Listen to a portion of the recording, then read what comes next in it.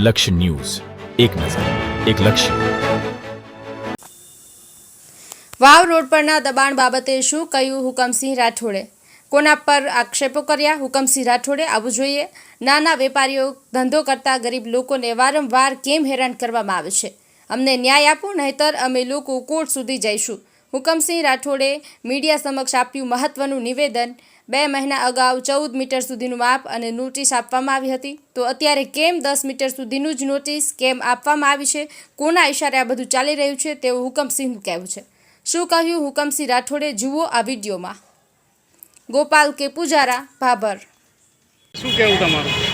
દબાણ બાબતે કે ભારતીય જનતા પાર્ટીની નગરપાલિકાની બોડી ચાલે છે અને ચીફ ઓફિસરના અધ્યક્ષતાને 1 મહિનો અગાઉ જે વાવ સર્કલથી આપણે જે વાવ રોડ સુધી એમની 14 મીટરની નોટિસો આલી છે. અને તમે મારી સામે નજરને સામે એક દુકાન જુઓ કે 14 મીટરનો ત્યાં શેરો માર્યો હતો. એ દુકાન અત્યારે ભારતીય જનતા પાર્ટીના આગેવાનની છે. એટલે મારે તો એટલું કહેવું છે ભારતીય જનતા પાર્ટીની સરકારને અને ચીફ ઓફિસરને કે તમે અત્યારે હવે કાલ તમારું દબાણને જે અમુકને હટાવવામાં આવ્યા છે, પણ એમને કયું દબાણ છે તો 10 મીટરનું એમની શેરો માર્યો છે કાલ નવો, અને અગાઉ મહિના પહેલો 14નો પણ શેરો માર્યો છે. હવે મારે ખાલી ભારતીય જનતા પાર્ટીને અને ચીફ ઓફિસરને એટલું કહેવું હોય કે તમે અમને ન્યાય આપવો હોય તો હરખો આપો. હવે અત્યારે અમને એક સર્વે કરાયું, એના પછી 14 મીટરનું આલ્યા પછી એમને એવો સર્વે કરાયો કે આપણે 4 મીટર બાકી રાખશે તો ભારતીય જનતા પાર્ટીની જે દબાણ છે દુકાનના અને શેડું છે એ બચી જશે. તો કે આપણે 10 મીટરનું રાખો તો મધ્યમ વર્ગના જે ગરીબ માણસો છે એમનું નહીં તૂટી જશે.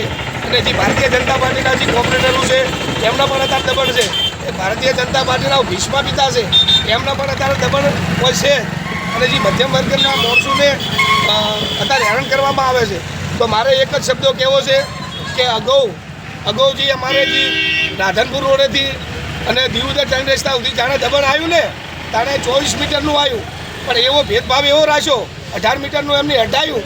અને જે 100 મીટર જે હતું ને એ ભારતીય જનતા પાર્ટીની દુકાનો આવતી હતી, ભારતીય જનતા પાર્ટીને આગેવાનની દુકાનો આવતી હતી, તો 100 મીટર ત્યાં બાકી રાખ્યું. અને 18 મીટરનું જે હતું ને એ મધ્યમ વર્ગના માણસો જે 500 રૂપિયા કમાઈને ખાય એવા લોકોનું હટાવવામાં આવે છે.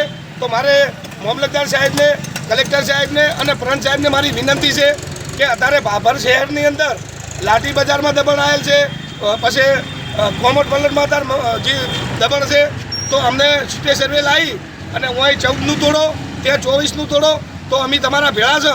અને કોઈને ભરમ હોય ને કે ભારતીય જનતા પાર્ટીને એવું હોય ને સરકારને કે હુકમસિંહની જય માતાજી આ હોટલ છે તો હું કાલ મારી હોટલ હટાવવા માટે તૈયાર છું, પણ તમે 14 મીટર તોડો, તમે 10 મીટરનો કેમ ભેદભાવ રાખો છો? શું 4 મીટરમાં ભારતીય જનતા પાર્ટીનું દબાણ આવે છે એટલે તમે તોડતા નથી?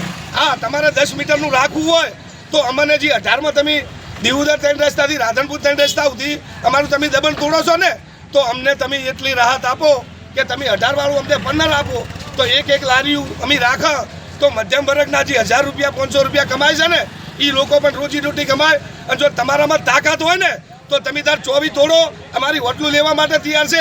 પણ ભારતીય જનતા પાર્ટીના જે આગેવાનની જે દુકાનો આવે છે ને એ પણ તમે અત્યારે 14માં તોડશો ને તો ભારતીય જનતા પાર્ટીની દુકાનો આવશે, 24માં તોડશો ને તો ભારતીય જનતા પાર્ટીના આગેવાનના દબાણ છે. અને એટલે જે મધ્યમ વર્ગના માણસો છે એમને હટાવવાના છે. અને સાચી ચીજ છે ને અત્યારે વાવ રોડથી અંદર જે અત્યારે ઠેઠ ગૌશાળા સુધી એની આગળ રોડ 15 કરોડ રૂપિયાનો લઈ જવાનો છે ને, એ લઈ જવા માટે અમારો કોઈ વિરોધ નથી. વિકાસ થાય એટલે અમને ભેળા જ છે. પણ અત્યારે તમારે જે ભોગાનો લેબડો એટલે નગરપાલિકાની હદ આવે છે ત્યાં જિલ્લા પછી એની પછી તાલુકા પંચાયત, જિલ્લા પંચાયત ધારાસભ્યની ગ્રાન્ટમાંથી ત્યાં રોડ બનાવી શકે છે. અત્યારે ભારતીય જનતા પાર્ટીના દબાણના કારણે અત્યારે એમની એક પરવાનગી લાવી છે, એના કારણે આ રોડ બનાવે છે. હવે આ રોડની અંદર વાવ રોડની અંદર અત્યારે સંસદ સભ્ય આવેલ છે, ધારાસભ્ય આવેલ છે, ભારતીય જનતા પાર્ટીના આગેવાન આવેલ છે. એટલે એમના બધાના આશીર્વાદ છે. એટલે 10 તોડવાનું છે. અને તમારામાં તાકાત હોય ને તો 14 તોડી નાખો, ભલે મારી હોટલ કાલ જતી રહેતી, પણ અમને ન્યાય હાથો આપો. કલેક્ટર સાહેબને મારી વિનંતી છે, પ્રંત સાહેબને મારી વિનંતી છે અને ચીફ ઓફિસર સાહેબને મારી વિનંતી છે કે તમને હાથ જોડીને વિનંતી કરું છું કે મધ્યમ વર્ગના માણસોને તમે હેરાન મત કરો. અત્યારે સંસદ સભ્યને મત આપીને વિજય બનાવ્યા છે, ધારાસભ્યને ભારતીય જનતા પાર્ટીના ધારાસભ્યને બાબર શહેરના લીડ આપીને વિજય બનાવ્યા છે. તો અમે તમારું શું બગાડ્યું છે? તમારે વગર જિલ્લો નથી આપો, જીઆઈડીસી નથી આપવી, પ્રાંત ઓફિસ સોયગામ જતી રહી છે અત્યારે ડેસરી દીવોદરની અંદર અને જંકશન અત્યારે અહીંયા. તો અમારે તમે અમારા બાબર તાલુકાને અને બાબર શહેરની અંદર તમે જેમ તળિયા ઝાટક કરો છો, અમે તમારું શું બગાડ્યું છે? અમે હવે કદાચ તમને એવું લાગતું હોય ને તો તમે એવો આદેશ કરો, બાબર શહેર અને બાબર તાલુકો ગોમ છોડીને જતા રહે, પણ અમને ન્યાય આપો. તમે આવો દગો મત કરો.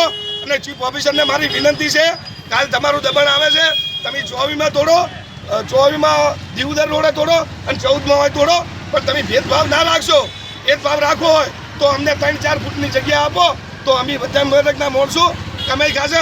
એ મારી સરકાર જોડે અને મુખ્યમંત્રી જોડે મારી વિનંતી છે. 10 ફૂટનો આવતીકાલે તોડવામાં આવશે તો તમારી શું વ્યૂહરચના છે? અમારી એવી વ્યૂહરચના છે કે અમને તમે ન્યાય આપો.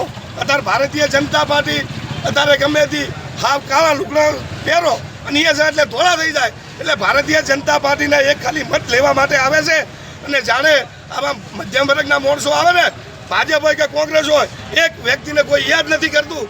મત લઈ હવે તેના ઘરે જતા રહે, સંસદ સભ્ય બની જાય કે ધારાસભ્ય બની જાય કે નગરપાલિકાના પ્રમુખ બની જાય.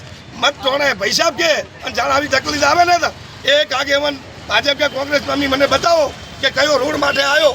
આવી ઓમની નીતિ છે, એક વોટ માટે બધા પક્ષ છે, પણ આવું નીતિ ના રાખવી જોઈએ એવી મારી વિનંતી છે. 14ના બદલે 10 તૂટે તો તમે કોઈ એમની સામે આંદોલન કે એવી કોઈ તમારી વ્યૂહરચના ખરી કે 14 જ તોડો એવું? જો બાબર શહેરની અંદર બધા લોકો ભારતીય જનતા પાર્ટીમાં હોતા નથી.